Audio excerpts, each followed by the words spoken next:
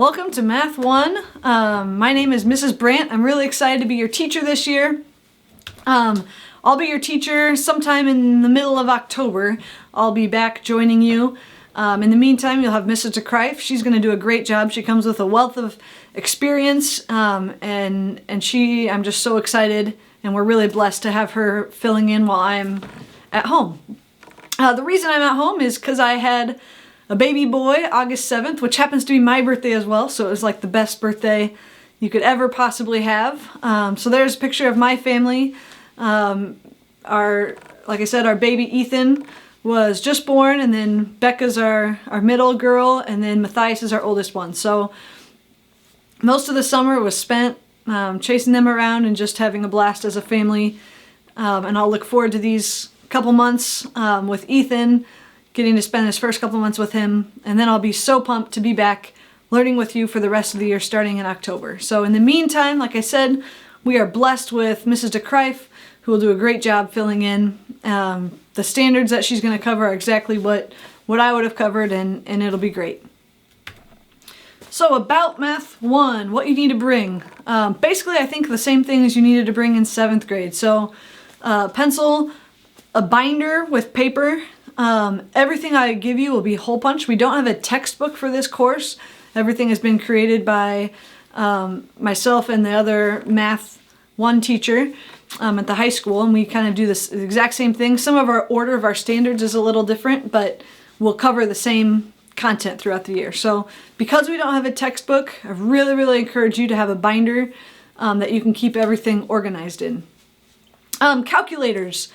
I know on the list it was like there's a recommended one. We will do some things on the graphing calculators, but we have a classroom set. So if you don't want to spend the money yet, that's fine. The reason I put it on there is because we were having people go out and buy really fancy calculators that they weren't going to be able to use later on. So if you do have a graphing calculator, the TI 83 or 84, that's the one that you'll be able to use throughout high school and on the ACT. If you're not ready to spend the money on one yet, that is completely fine. When we need it for certain standards, we have a classroom set you'll be able to borrow when you'll need it, and it'll be completely fine. So don't worry about going out and buying one if that's not something you want to do. If you do have one, whether it's a nice graphing one or just a simpler one, if you could bring it to class. We don't have quite enough of either set for the whole class, so it's helpful if we have a few people who can make sure that they bring theirs to class. So if you have one, to get used to using it, I would bring it to class every day.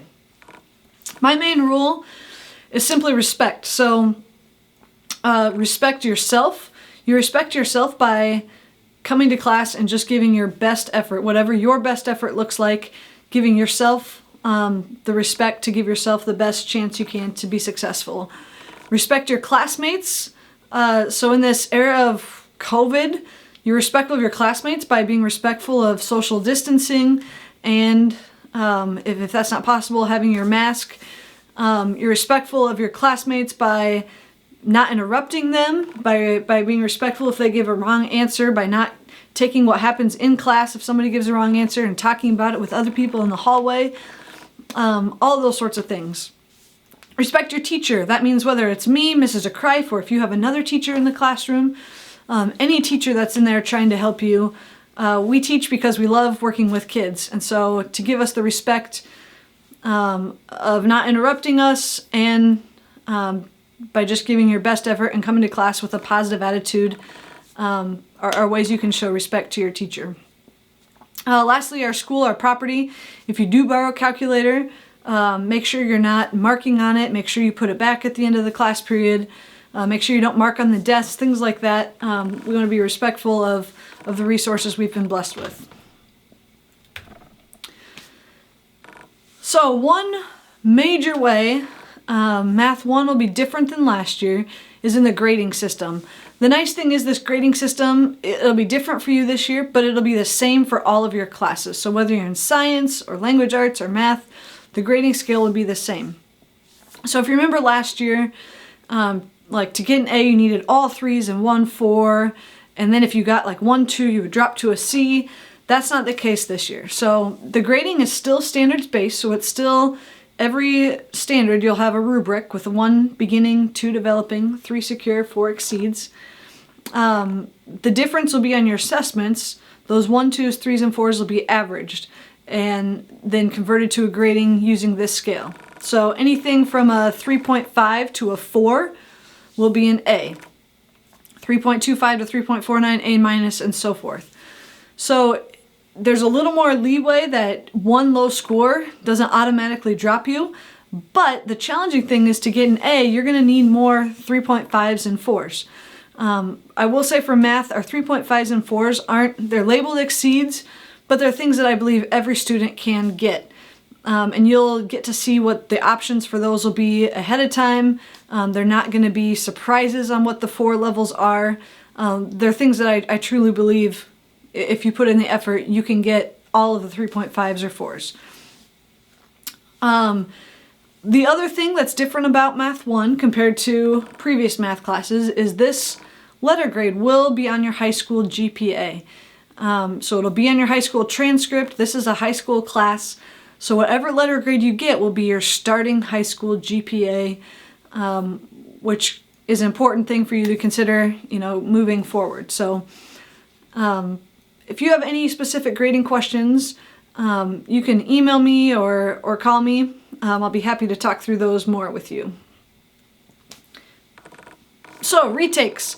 Anytime you get below a 2 for me, so 1.5 or lower, you'll be required to do a retake within 2 weeks. If it's not done in those 2 weeks, then we'll get to spend some quality time over lunch or 10th period. We'll work something out for you to come in and work one-on-one with me to get you up there. I'll always take your higher score if you do a retake. So it never hurts you to try, even if you're at a 2.5 and you want a 3.5. It never hurts to attempt it. To be able to do a retake, there'll be practice problems on Google Classroom that you'll need to complete. Once those are complete, then you're eligible to do the retake once you get those checked by any math teacher.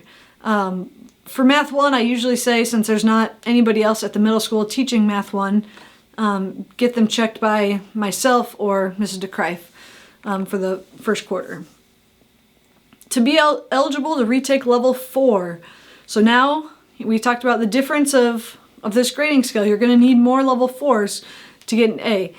You can retake level 4s, but to be eligible to do that, you needed to have at least attempted them on the review sheet. I'll have answers posted with work shown, so if you're absolutely stuck, you can refer to that. But if you're not at least putting in the effort on the front end of attempting to go for the level 4, then you're taking yourself out of being eligible to do a retake of the level 4. Other than that, you can retake it multiple times if you want to get that level 4, if that's your goal, which hopefully it is. I think that is kind of all the nuts and bolts I have at this time. I hope you have a great start to the year. You're in really good hands with Mrs. DeCreif. She's going to do a great job, and then I will really look forward to seeing you and getting to know you much better in October after I spend these few months with my little baby. So thank you for being flexible. I know you've had to be flexible a lot during COVID, and now you're being flexible starting out the year with a different teacher. But I truly believe it's going to be a great year. I know my perspective has changed of it is just a huge blessing to be able to be together, and I'm hoping we can be together for the whole year. So I will look forward to seeing you in October. Have a great start to the year.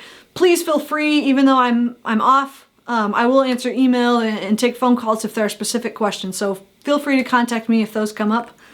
All right. Thanks for listening. Have a great year. Bye.